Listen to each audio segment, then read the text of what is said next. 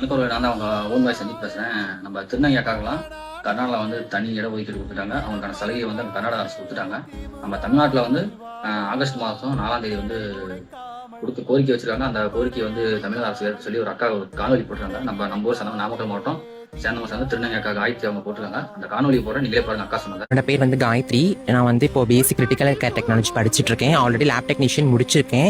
இப்போ பார்த்தீங்கன்னா ரீசெண்டாக வந்து கர்நாடகாவில் வந்து இந்த திருநங்கைகளுக்கான தனி ஒதுக்கீடு வந்து இப்போ ரொம்ப நாளாக ஸ்ட்ரகிளாக போயிட்டு இருந்துச்சு. அது வந்து அங்கே அந்த பில் பாஸ் ஆகிட்டு அங்கே ரிசர்வேஷன் வந்து கிடச்சிருச்சு.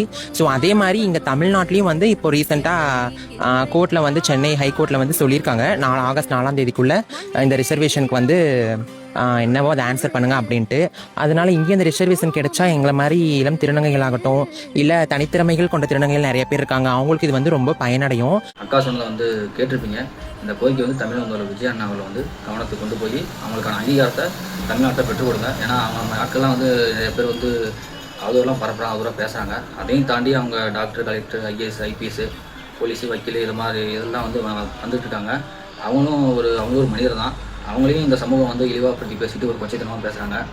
அவங்களும் படித்து முன்னேறி வந்துட்டு இருக்காங்க. இந்த சமூகத்திலையும் அவங்களுக்கான அங்கீகாரத்தை இந்த தமிழக அரசு கொடுக்கணும்னு சொல்லி ஒரு வேண்டுகோளாக வச்சுருக்காங்க. அந்த வேண்டுகோளை நிறைவேற்றுங்க தமிழ் முதல்வர் விஜய் அண்ணா அவர்களே.